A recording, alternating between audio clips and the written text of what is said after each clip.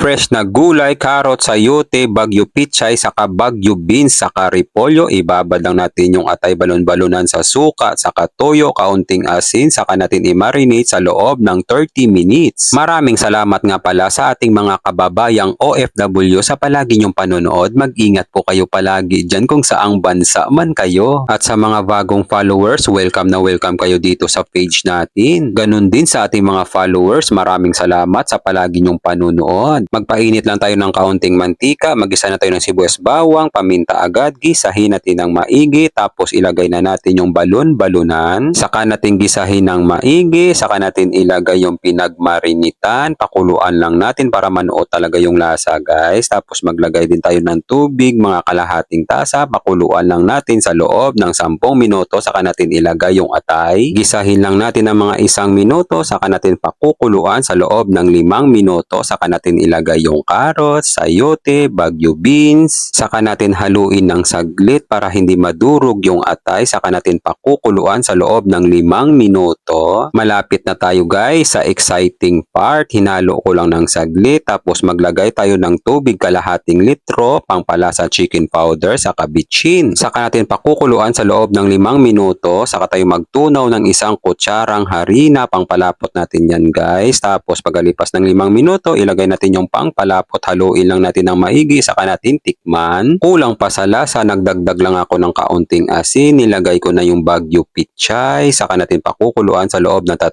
minuto, saka natin ilagay yung dahon ng bagyo pichay, saka yung repolyo, pakuluan lang natin sa loob ng 5 minuto. Ito na yung exciting part, hindi na natin masyado haluin guys ha, para hindi madurog yung atay. Luto na yan guys, yung pinakamasarap na sapsoy na lulutuin mo. Magugustuhan talaga to ng buong pamilya mo. Kung maluwag-luwag yung budget nyo guys, pwede nyo parisan ng fried chicken. Sa plating pa lang guys, oh, napaka-aesthetic naman, nakakatakam naman talaga. Kain time na! At maraming salamat po sa biyaya na binibigay mo sa araw-araw. I-bless nyo po yung food na magiging silbing lakas sa katawan namin. Amen. Kain tayo guys, kain Pinas. Yan guys, sapsoy muna tayo ngayon. Gulay-gulay guys.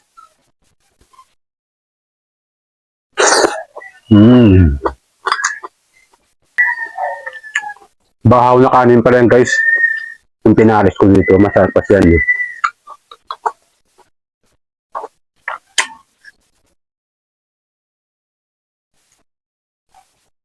Buhos na natin guys para agad lumamig. Yan.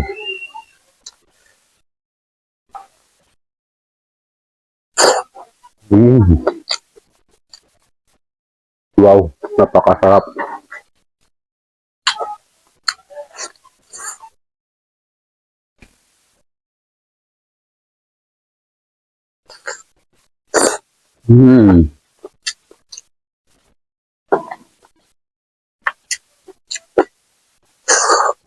Wow.